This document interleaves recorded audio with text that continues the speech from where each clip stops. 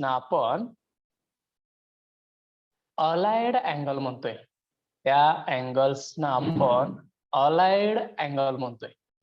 ALLIED म्हणजे next point आपल्याला जो बघायचा आहे तो आहे अलाइड अँगल. अलाइड अँगल म्हणजे काय? तर दोन अँगलची ऍडिशन किंवा सबट्रॅक्शन जर केली तर आपल्याला ती व्हॅल्यू जी मिळणार आहे ती 90 डिग्रीच्या फॉर्मॅटमध्ये मिळणार आहे. 90 किंवा 90च्या मल्टिपल मध्ये आपण म्हणतोय.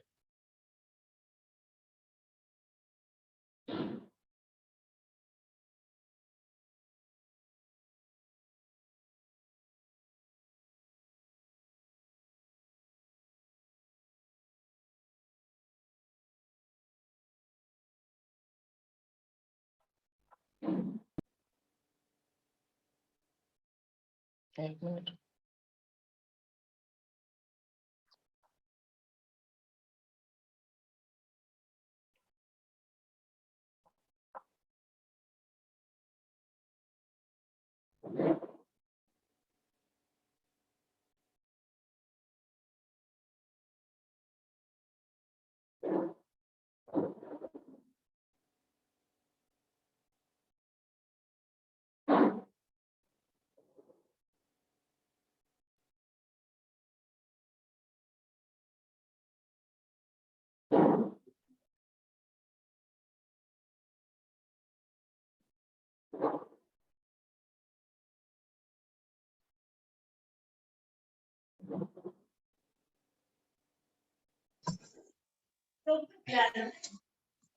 नाही तू करा.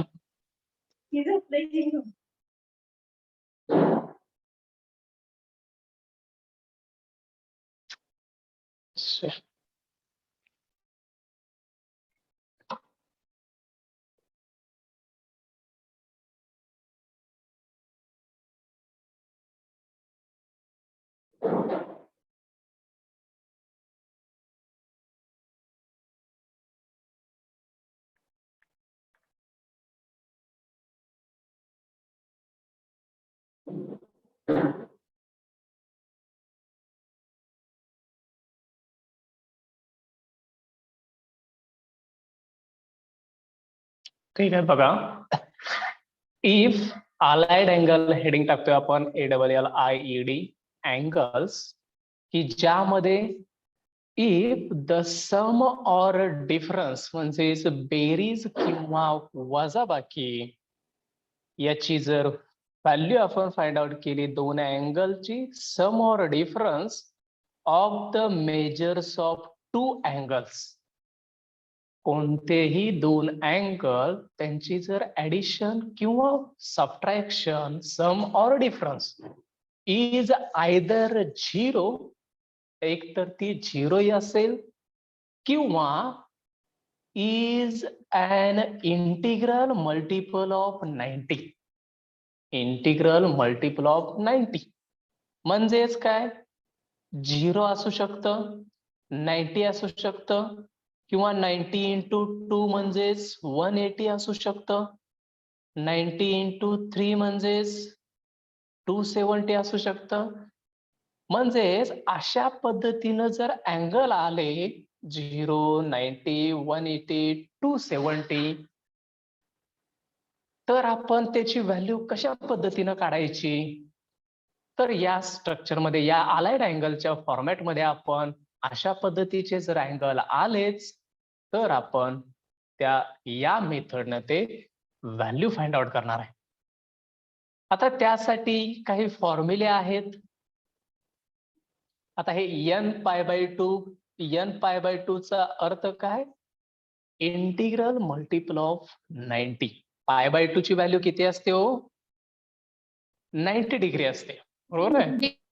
90 डिग्रीच्या मल्टिपल मध्ये म्हणजेच 1 इंटू 90, 2 इंटू 90, इथं जसं केलंय तसं 3 इंटू 90, तसं 1 इंटू π/2, 2 इंटू π/2 आपण म्हणू शकतोय रॅडियनच्या कन्व्हर्शन मध्ये, 3 इंटू π/2, 4 π/2, 5 π/2, 6 π/2 अशा पद्धतीनं इन जनरल जर पुढे जर गेलं तर आपण त्याला n π/2 म्हणतोय. मग अशी ऍडिशन आपल्याला दोन अँगलची असेल तर आपण त्याला त्या पद्धतीनं अँगल्स फाइंड आउट करणार आहे, त्याचे रेशो फाइंड आउट करणार आहे. आता ते रेशो कशा पद्धतीनं असतील बघा. हे जे n π/2 प्लस थिटा जे फॉर्म्युले आहेत, हे दोन चार जे फॉर्म्युले आहेत बघा यामध्ये, sine n π/2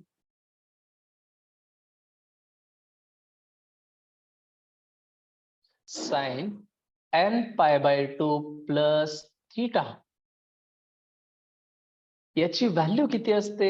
n π/2 plus theta किंवा मायनस थिटा असेल.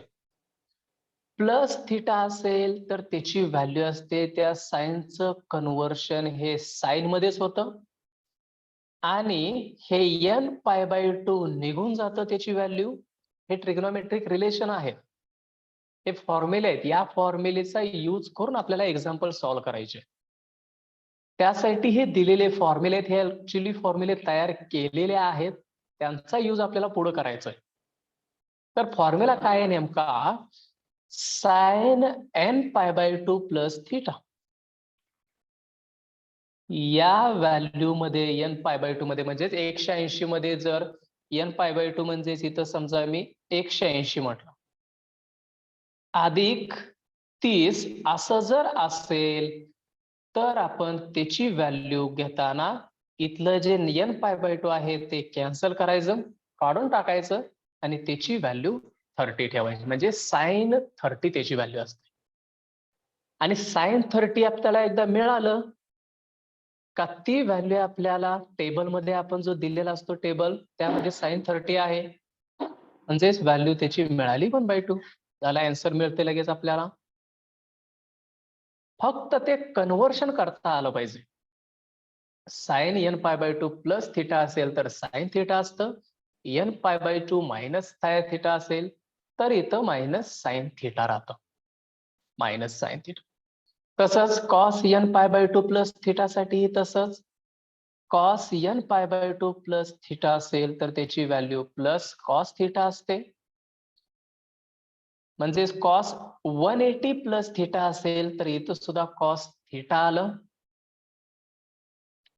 हे इव्हन पॉवर मध्ये आणि ऑड इंटिजर्स मध्ये दोन वेगवेगळे फॉर्मॅट आहेत. इव्हन इंटिजर म्हणजे काय हो? सम संख्या असेल, सम इंटिजर असेल तो. ऑड म्हणजेच विषम असेल, म्हणजेच जर व्हॅल्यू दोन पद्धतीने आपल्याला त्यामध्ये आता सेपरेशन आलेलं आहे. दोन पद्धतीनं बघा कशा पद्धतीने आलेला आहे. दोन व्हॅल्यू घेतोय मी. साइन n π/2 वरची व्हॅल्यू आता इव्हन आहे, मग मी घेतो 4π/2 प्लस थिटा. साइन n π/2 म्हणजेच n ची व्हॅल्यू इव्हन आहे. इव्हन म्हणजे माहिती बंद करा, n ची इव्हन म्हणजेच ही 4 व्हॅल्यू आहे, किंवा तिथं 2 असली तरी चालते, 6 असली तरी चालते, 8 असली तरी चालते, 10 असली तरी चालते. जर अशा पद्धतीनं इव्हन नंबर्स असतील तिथं तर त्याची व्हॅल्यू डायरेक्ट साइन थिटा असते.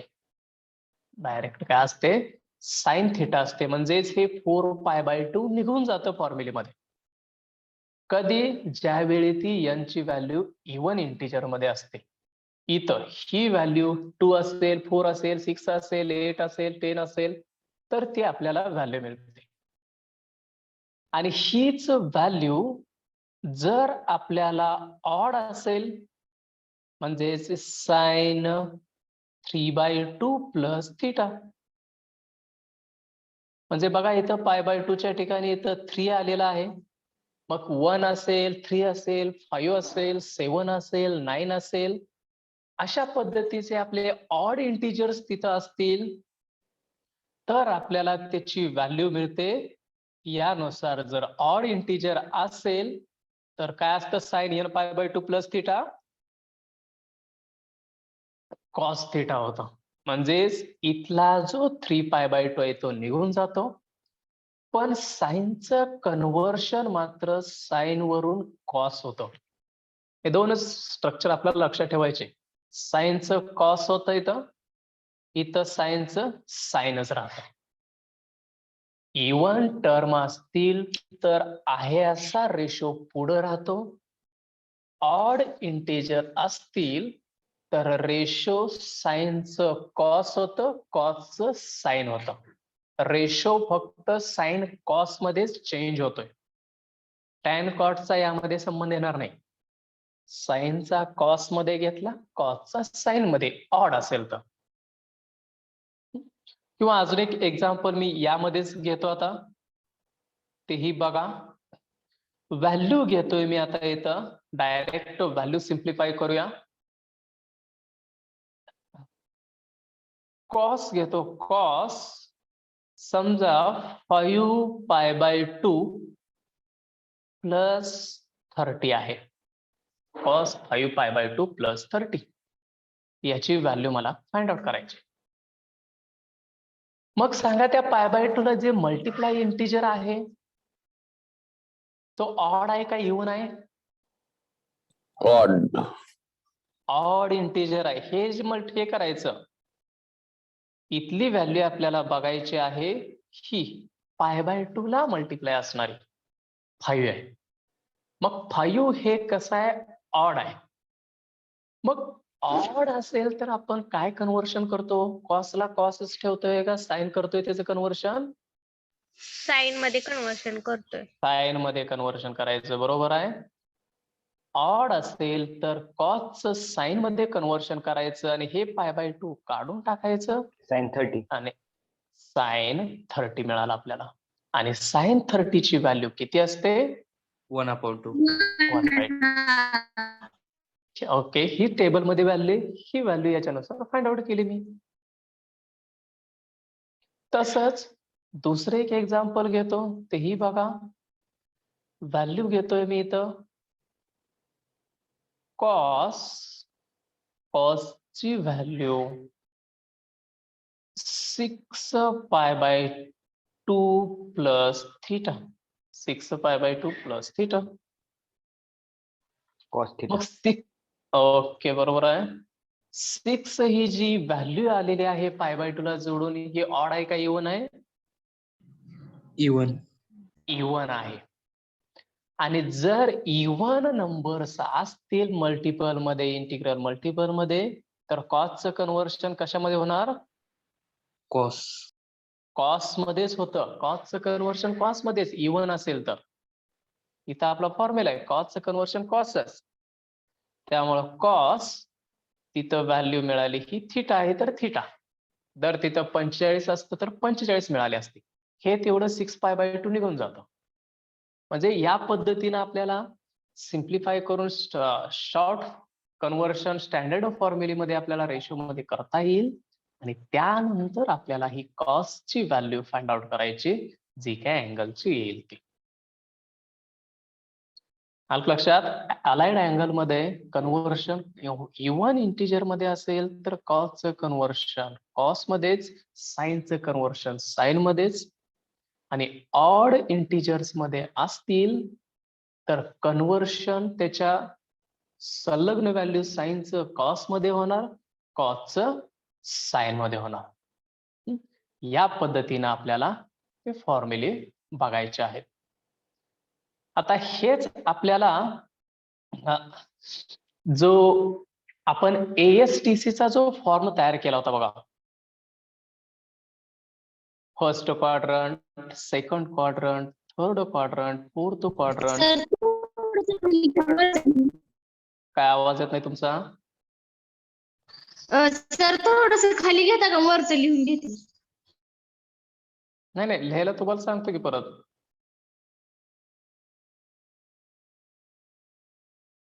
लिहून नंतर घ्या, काय अडचण नाही. हे सगळ्या नोट्स आपण सेंड करतोय से,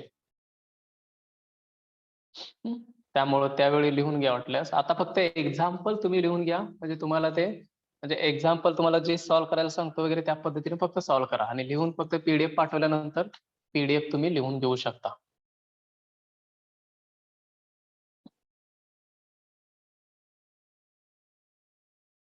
ठीक आहे, हाही सर्कल आपण बघूया.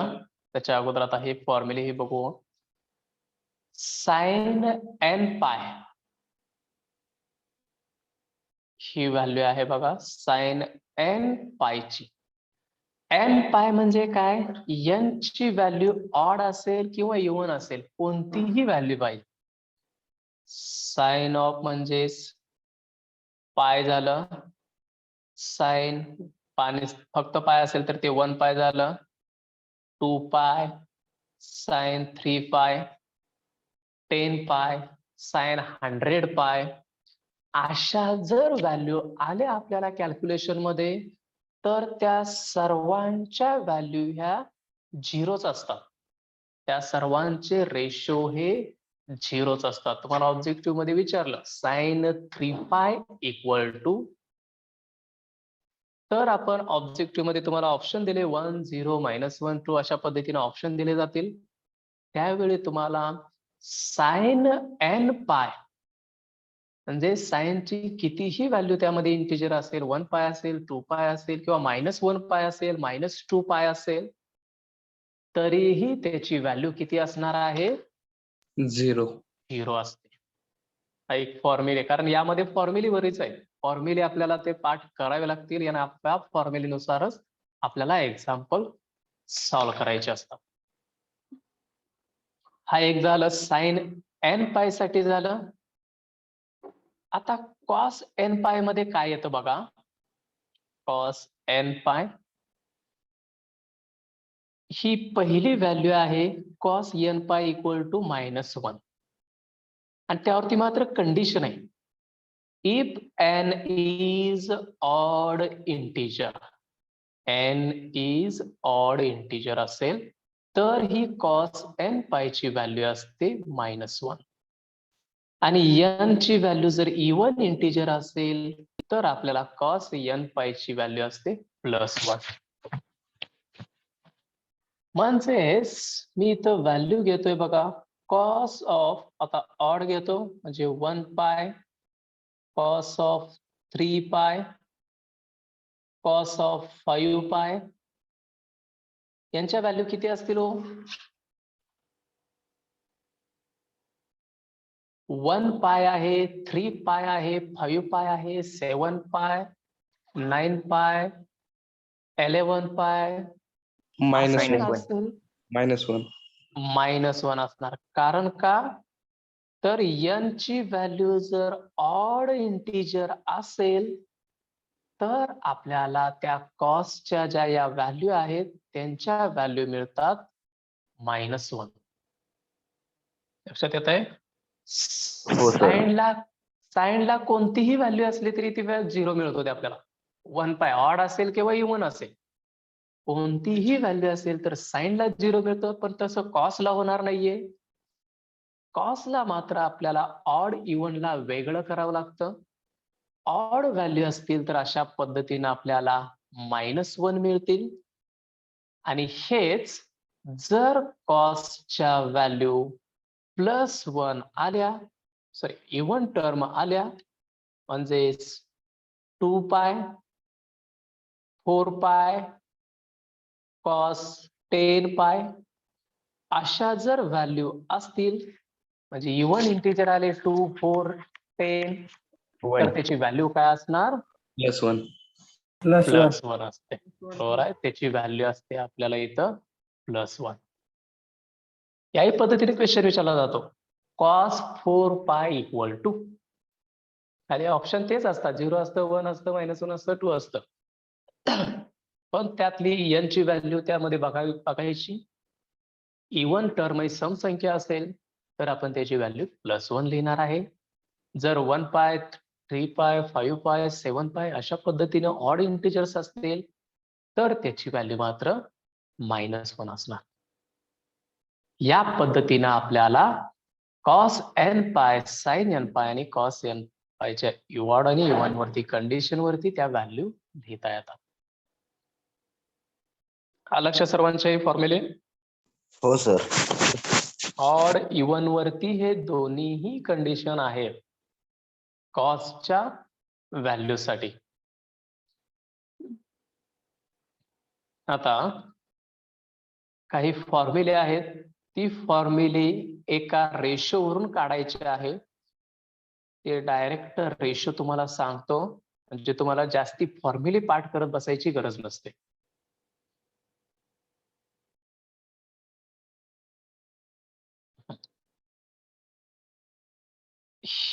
वाय ऍक्सिस, एक्स ऍक्सिस, हे आपण डायग्राम याच्या अगोदर ही बघितलेली आहे ऑलरेडी. त्यामध्ये आता इथली व्हॅल्यू कशी असते, किती असते अँगलची व्हॅल्यू? 0. 0. वरती 90. 90. 180. 180 खाली 270. 270. परत इथं किती येणार? 300. 360. परत 360 मध्ये 90 ऍड केलं, हे इथून गेलं, इथपर्यंत आपण मेजर केलं, इथं आलं 270 आलं, इथं आल्यानंतर 360 आलं, परत अजून तोच सर्कल फिरवला तर 360 अधिक 9 किती येतो? 450. 450. परत 90 ऍड केलं, 540 इथे येईल, 520. परत त्यामध्ये ऍड केलं 90, परत इथं 90 ऍड केलं 630, परत 90 ऍड केलं, इथं किती येईल? 720 येईल, 720 येईल. आणि परत 90 ऍड केला तर परत आपल्याला इथं अँगल येईल 810. म्हणजे या पद्धतीने आपल्याला कितीही अँगल, तुम्हाला 1000च्या पुढे असेल, 2000च्या पुढे असेल, 3000 असतील, तरी आपल्याला अँगल हे पूर्ण सर्कल म्हणजे किती असतं? 360 असतं.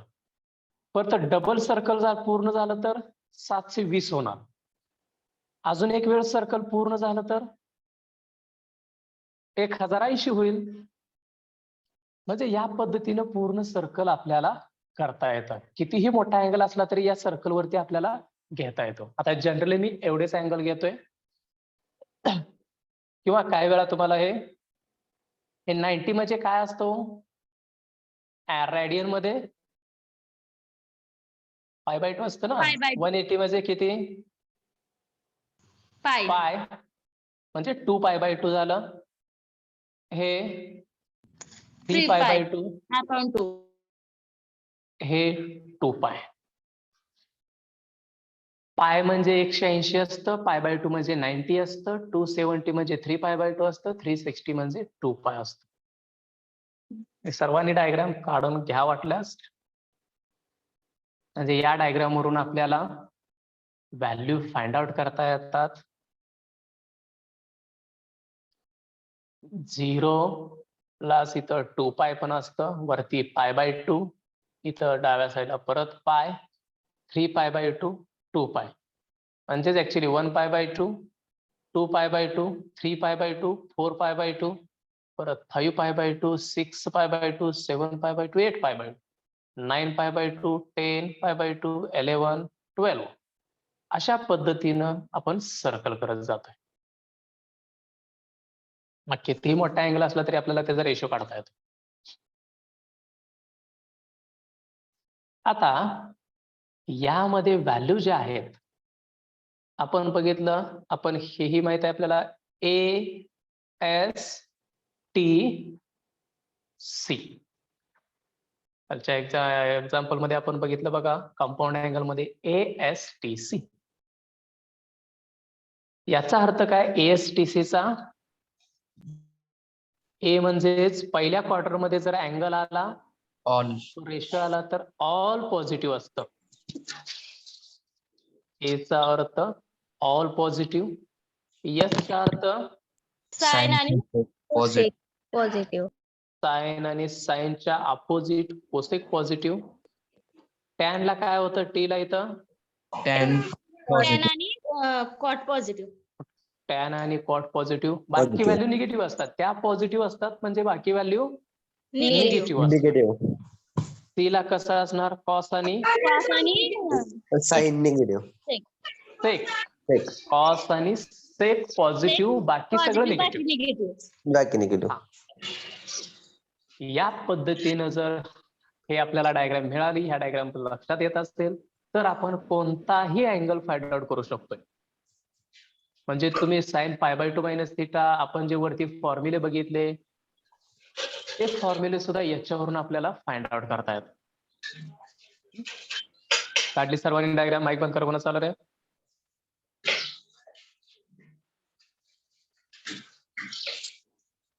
सर्वांच्या व्हॅल्यू जिथे आहेत त्या लक्षात आल्या का? ASTC वगैरे? हो सर. हो.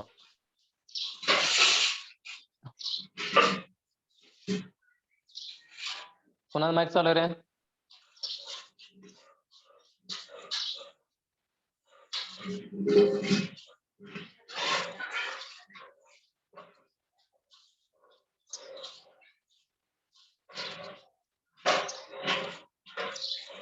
कांबळे, विश्वजित, माईक बंद करा.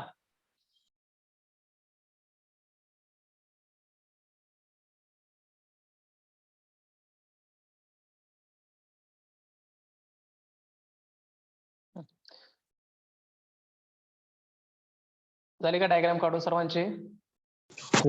हो सर. ओके, थोडं थांबा. बर ठीक आहे. करा.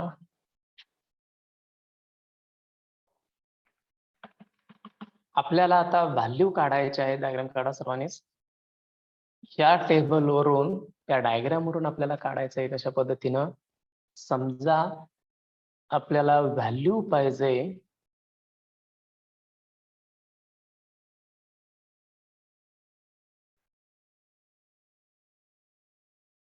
120. व्हॅल्यू पाहिजे आपल्याला समजा साइन 120. हा अँगल आपल्याला काढायचा आहे. पण जनरली एक लक्षात ठेवा, आता 120 व्हॅल्यू बघताना काय करायचं? तो अँगल कशाच्या जवळ आहे हे बघताना काय करायचं? नेहमी या 90च्या जवळ घेण्याऐवजी 180च्या जवळ कुठे येते का बघायचं. म्हणजे हा जो एक्स ऍक्सिस आहे, आडवा ऍक्सिस म्हणजे एक्स ऍक्सिस आपण म्हणतोय, त्या ऍक्सिसला जवळ तो अँगल कुठे येतोय का ते आपल्याला बघायचं. म्हणजेच मी कशा पद्धतीनं करणार बघा, 180 इथं, मग 180 मधून किती वजा केल्यानंतर हे 120 येते बघायचं. किती वजा करावं लागेल 180 मधून 120 ला येण्यासाठी? 60. 60. 180 वजा 60 जर केलं तर 120 अँगल येतोय. बरोबर आहे? हा म्हणजे सर. 120च्या ऐवजी मी 180 वजा 60 लिहू शकतोय. कारण ती आणि ती दोन्ही व्हॅल्यू कशा आहेत? सेमच आहे. वजाबाकीमध्ये लिहिलं काय आणि तुम्ही 120 लिहिलं काय, दोन्ही एकच आहे. फक्त फॉर्म्युला यूज करण्यासाठी मी त्याला स्प्लिट केलं. म्हणजेच इथं लिहितो मी साइन 180 वजा 60, 180 - 60. मग 180 - 60 म्हणजेच इथं 180 वजा 60 असेल तर ती व्हॅल्यू कोणत्या क्वार्टर मध्ये असेल हो? इथं असेल का इथं असेल? या दोन्हीमध्ये तर नसणारच आहे. वरती असेल इथं का खाली असेल? वरती. सेकंड मध्ये. सेकंड मध्ये असणार. बरोबर आहे. कारण आपण अँगल असा मोजतोय, प्लस असेल तर पुढं, प्लस असेल तर याच्या पुढं, प्लस असेल तर याच्या पुढं. पण 180 मध्ये वजा असेल तर त्या 180 पेक्षा कमी अँगल झाला. कमी अँगल असेल तर तो दुसऱ्या क्वाड्रंट मध्ये येणार. म्हणजेच तो क्वाड्रंट 120 म्हणजे कोणता क्वाड्रंट आला आपल्याला हे तर लक्षात आलं? सेकंड क्वाड्रंट आला. ओके. आता हा. साइन 180 वजा 60 ज्यावेळी आपल्याला या एक्स ऍक्सिसच्या भोवती असं प्लस किंवा मायनस असतं आतमध्ये, त्यावेळी काय करायचं, ही जी साईनची व्हॅल्यू आहे, साईनची जी व्हॅल्यू आहे त्या साईनचं कन्व्हर्शन सायनस ठेवायचं. म्हणजेच इथं सायनस ठेवलं मी आणि 180 हे जे आहे ते निघून जातं पूर्ण 180 वजा 60 आणि फक्त इथं राहतं 60. साइन 180 मायनस 60 तो आपला त्या सर्क्युलरच्या फॉर्म्युलेनुसार 180 निघून जातं आणि साइनचं कन्व्हर्शन सायनस राहतं. इथं ऑड इव्हन बघत बसायची तुम्हाला गरज नाहीये. फक्त तो एक्स ऍक्सिसच्या भोवती आहे का बघायचं प्लस मायनस मध्ये आणि साइन 60 मिळालं आणि साइन 60 ची व्हॅल्यू किती असते, √3/2. √3/2. म्हणजे आपल्याला आन्सर मिळालं साइन 120 इक्वल टू √3/2.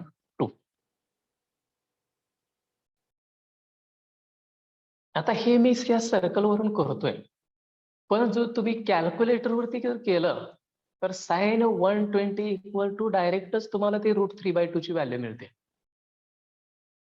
म्हणजे तुम्हाला एवढं सोपं आहे तिथं. पण हे तुम्ही आता ऑब्जेक्टिव्ह पेपर असल्यामुळे तुम्हाला एवढं सोपं झालेलं आहे. जर तुम्हाला डिस्क्रिप्टिव्ह असा लिहायचा पेपर जर असता तर मात्र तुम्हाला या स्टेप वाईज सर्व व्हॅल्यू कराव्या लागल्या असत्या. साइन 120 ला साइन 180 मायनस 60, साइनचं कन्व्हर्शन साइन m180 निघून जातं 60 आणि साइन 60 ची व्हॅल्यू √3/2.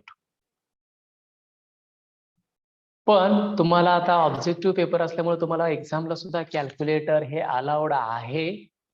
याचाच अर्थ तुम्हाला कॅल्क्युलेटर वरती साइन फंक्शन आहे, साइन मध्ये 120 टाका, 120 टाकलं का साइन 120 तुम्हाला √3/2 मिळतं. किंवा पॉइंट मध्ये असेल तर पॉइंट मध्ये व्हॅल्यू मिळते. √3/2 म्हणजे आपली पॉइंट म्हणजे किती व्हॅल्यू आहे ती आपण काढू शकतो. √3/2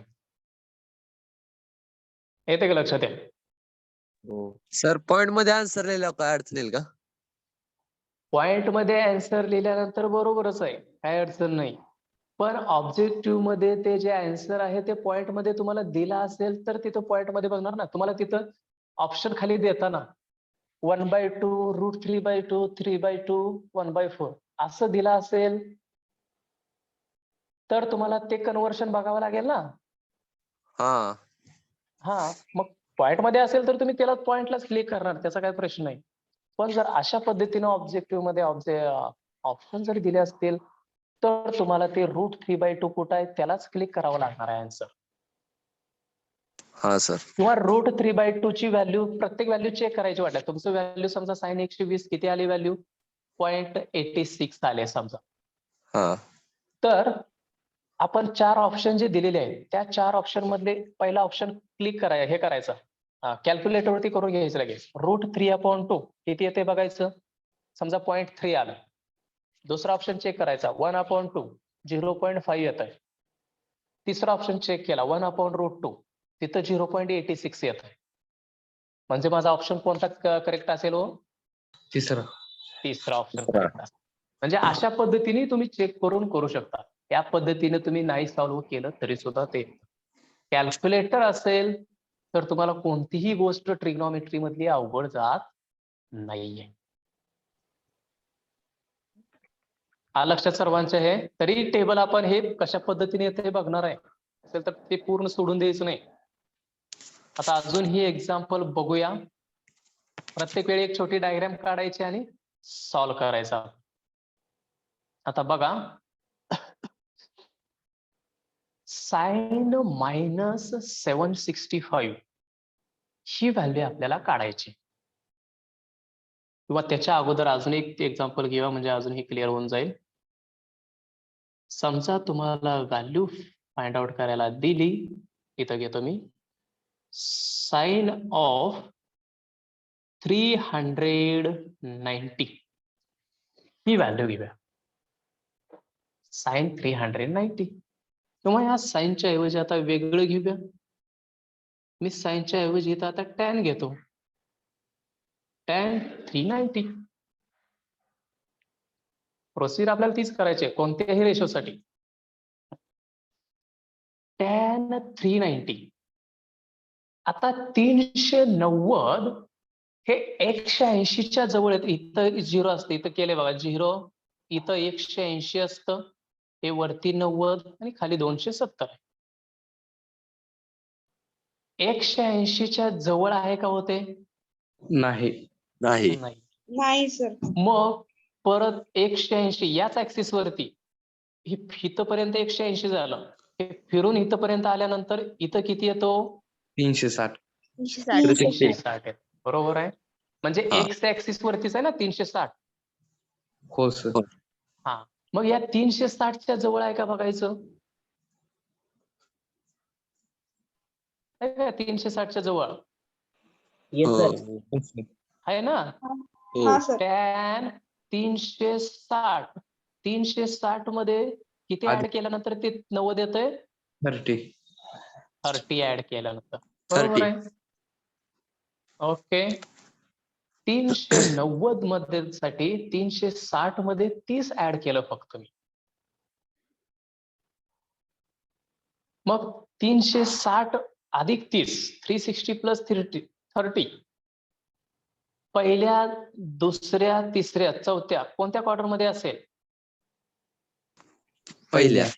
सर पहिल्याच असते. बरोबर आहे. 360 अधिक असेल तर पहिलाच क्वाड्रंट आला. आणि पहिल्या क्वाड्रंट मध्ये काय पॉझिटिव्ह असतो? All. All positive. All positive. Positive असतो. ओके, बरोबर आहे. म्हणजेच मी इथं याचं कन्व्हर्शन झालं, टॅनचं कन्व्हर्शन टॅनच झालं, हे 360 निघून गेलं, फक्त इथं 30 मिळालं. आणि ही जी व्हॅल्यू आहे इथं निगेटिव्ह येणार नाही, Root 3/3. पॉझिटिव्ह येणार, त्यामुळे हे येणार. √3 टॅन 30 मिळालं. ओके. आणि टॅन 30 आपण त्या टेबलमध्ये बघू शकतो. टेबलमध्ये त्या व्हॅल्यू टॅन 30 बघा किती येत आहे? √3/3. बघा Root 3/3. व्यवस्थित. ते √3/3. रूट √3. 3/3. हा सर. त्यामुळं व्यवस्थित बघत चला. टॅन 30 किती येत आहे ते कॅल्क्युलेटर वरती करा. टेबल मध्ये आहे, सर्व ठिकाणी आहे ते 1/√3. 1/√3. √3/3 किंवा 1/√3. दोन्हीपैकी कोणताही ऑप्शन तो बरोबरच असणार आहे. दोन्हीच्या व्हॅल्यू एकच आहेत त्या. √3/3 असेल किंवा 1/√3 असेल, दोन्हीही व्हॅल्यू एकच आहे. म्हणजेच याची व्हॅल्यू आपल्याला आन्सर मिळाले आपल्याला 1/√3. टॅन 390 ची व्हॅल्यू मिळाली. हा लक्षात आपल्याला कशा पद्धतीनं फाइंड आउट केलं ते? हो सर. अँगल कुठे येतोय बघायचं या सर्कल नुसार. अँगल आपल्याला समजला कुठपर्यंत आलाय का आपल्याला त्याची व्हॅल्यू मिळते. आता हे एक्झाम्पल घेऊया. साइन -765 आहे. साइन -765.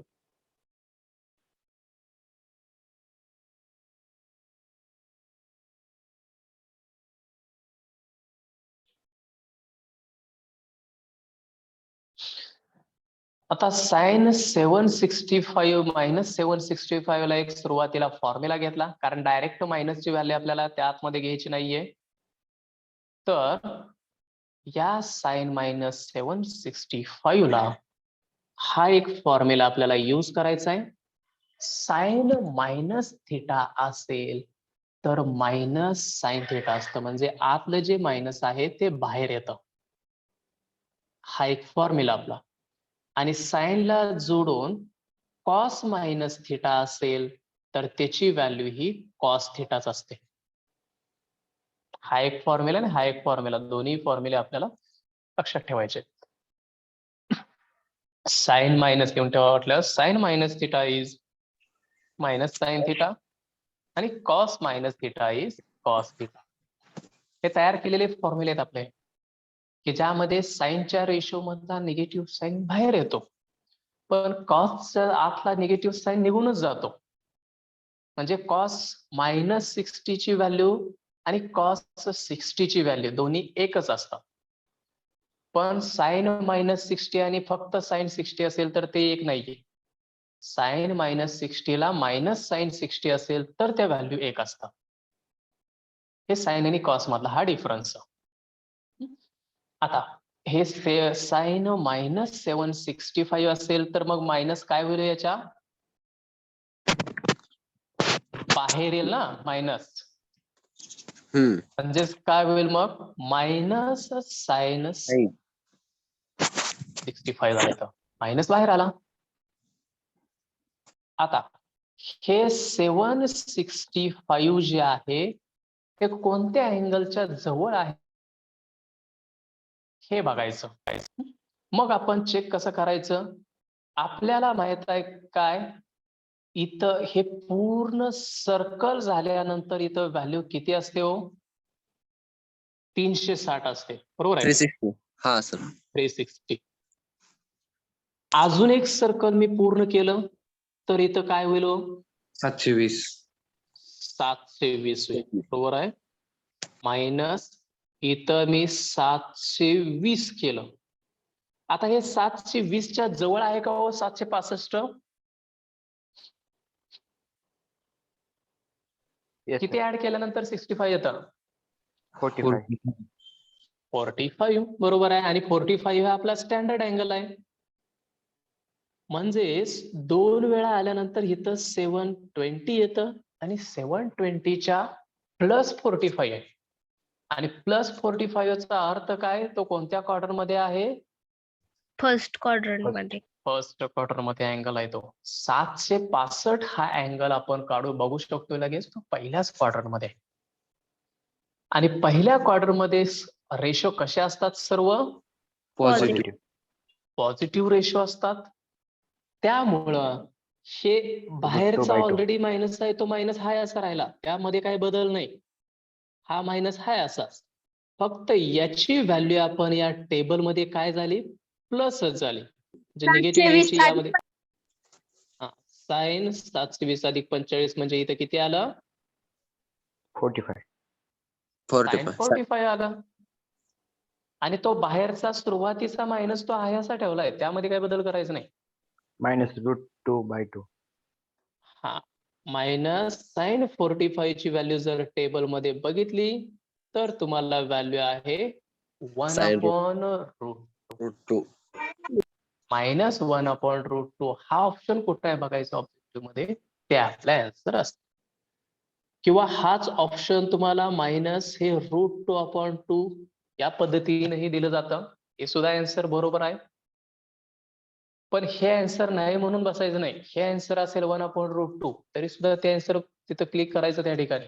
किंवा दोन्हीच्या व्हॅल्यू पॉइंट मध्ये काढून बघा, मला दोन्हीच्या व्हॅल्यू सेमच दिसते. त्यामुळं आन्सर मध्ये जरी ऑप्शन या पद्धतीने असेल किंवा या पद्धतीने, दोन्हीपैकी एक ऑप्शन आपल्याला आन्सर बरोबरच असणार आहे. ते फक्त मांडणी वेगळ्या पद्धतीने आहे, पण आन्सर त्याचं काढलं तर कॅल्क्युलेटर वरती तुम्हाला एकच मिळणार. आलं का लक्षात सर्वांच्या हे? हो सर. हो सर. Sign minus sign 45 -1/√2. आता इथं बघा 3660 3660 दिलेला इथं, खूप मोठी व्हॅल्यू आहे 3660 म्हणजे. मग त्याला आपण कशा पद्धतीने फाइंड आउट करायचं, 3660 आता बघा इथं दिलंय बघा, एक रोटेशन जर पूर्ण केलं तर आपल्याला 360 मिळतं, बरोबर आहे. पूर्ण एक रोटेशन असेल तर हे 360 येतं.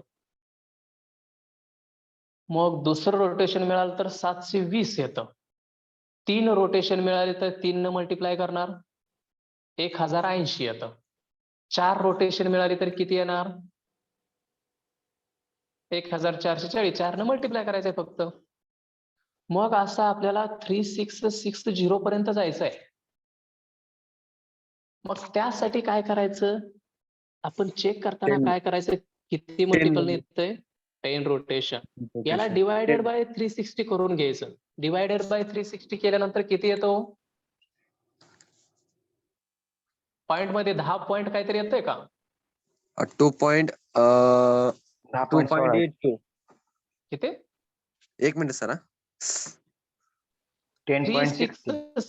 हा 10. 10 पॉइंट येतं ना, म्हणजेच 10 रोटेशन आपल्याला लक्षात ठेवायची. 360 न भागतो याचाच अर्थ 10 पॉइंट मध्ये काहीतरी व्हॅल्यू येते याचाच अर्थ 10 रोटेशन करून ते पुढे गेलेलं आहे. म्हणजे अशा पद्धतीनं प्रत्येक 3 गुणिले 4 गुणिले 5 गुणिले असं काढत बसण्याऐवजी सुद्धा तुम्ही त्याला डिवाइड करून पॉइंट मध्ये व्हॅल्यू आली का समजायची की ती 10 रोटेशन पर्यंत आलेलं आहे. म्हणजेच रोटेशन याची झाली 10 रोटेशन मिळाली. इथं 10 मल्टिप्लाय झालं 10 रोटेशन. 10 रोटेशन मध्ये आलं तरी इथं किती आलं? 3600 गुणिले 10 किती येते हो इथं? 3700. 3700. 3600 बरोबर आहे. 3600 आलं. एक हा. रोटेशन 360चा आहे. त्याला 10 रोटेट केल्यानंतर 10 न मल्टिप्लाय केलं आणि इथं व्हॅल्यू किती आली? 3000. 3600 हा. 3600 3600 व्हॅल्यू आली. मग या 3600 मध्ये किती ऍड केल्यानंतर ही व्हॅल्यू 3660 येईल? 60 ऍड केल्यानंतर प्लस 60 केल्यानंतर मिळेल. बरोबर आहे. म्हणजेच हा, बाहेर इथं सेक आहे, सेक हे मिळालं आपल्याला. आता हे 3600 प्लस 60 म्हणजे कोणता क्वाड्रंट असेल हो?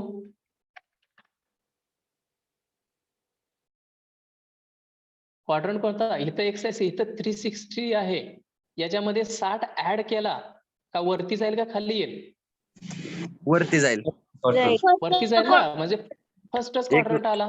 फर्स्ट क्वार्टर मध्ये. हा. आणि फर्स्ट क्वाड्रंट असेल तर सर्व रेशो कसे असतात? पॉझिटिव्ह. पॉझिटिव्ह. पॉझिटिव्ह असतात. म्हणजे या सेकचं कन्व्हर्शन मायनस सेक होईल का प्लस सेक होईल? प्लसच होणार सेक. प्लसच होणार. आणि सेक आतमध्ये अँगल किती मिळेल मग? अँगल इथं सेक किती लिहावं लागेल मला? Sir 60 angle. 60 बरोबर आहे की. हा, हेच तेवढं 60. काढून टाकायचं आहे तुम्हाला. हा सर अँगल. अँगल. आणि सेक 60 ची व्हॅल्यू टेबल मध्ये बघा आता. 2 इथे का? हो सर. हो सर. हे आपला आन्सर. सेक 60 चा आन्सर 2.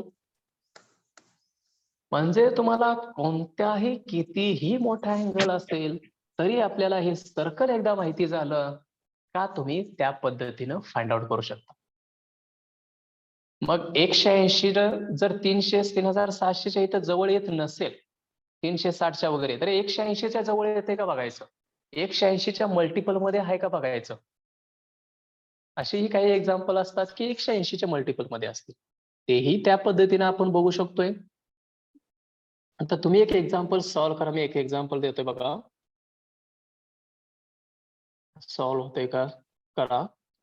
कॉस लिहून घ्या सर्वांनी. कॉस 225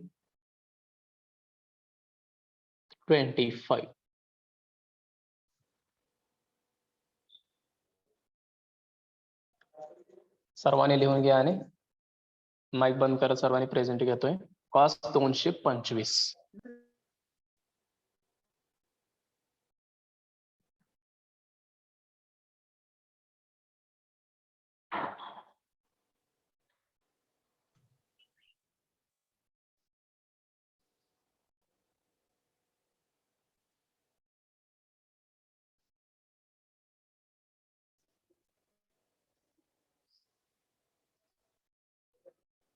कॉस 225 त्याचं कन्व्हर्शन वगैरे बघा कशाच्या जवळ आहे वगैरे ते.